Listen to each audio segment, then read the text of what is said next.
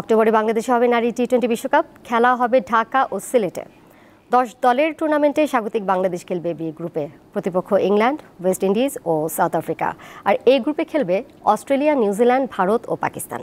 এছাড়া বাছাই পর্বে বিজয়ী দুটি দল খেলবে দুই গ্রুপে। 2014 সালে টি-20 বিশ্বকাপের পূর্ণাঙ্গ আসরের আয়োজক ছিল বাংলাদেশ। একই সাথে সিলেটে বসেছিল নারীদের আসর। এবার শুধু নারীদের টি-20 বিশ্বকাপের আসর বসছে বাংলাদেশে। ভেন্যু থাকছে ঢাকা ও সিলেট। আগামী সেপ্টেম্বরে বাছাই পর্ব শেষে অক্টোবরে হবে মূল পর্ব।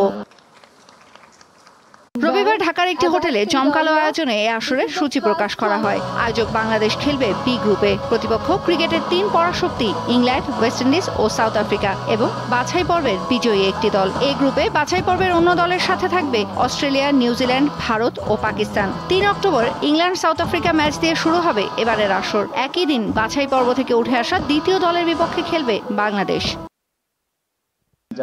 সূচি প্রকাশ অনুষ্ঠানে উঠে আসে নারী ও পুরুষ ক্রীড়াবিদদের পারিশ্রমিকের বিষয়। আইসিসি জানিয়েছে এবার নারী ও পুরুষ ফরম্যাটে আর্থিক বৈষম্য থাকছে না।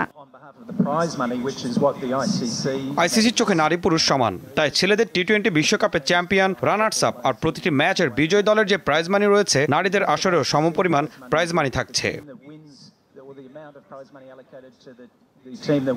10 দলের আসর 2টি ভেন্যুতে সীমাবদ্ধ রাখার বিষয়টি আইসিসির সিদ্ধান্ত বলে জানিয়েছেন বিসিবি সভাপতি।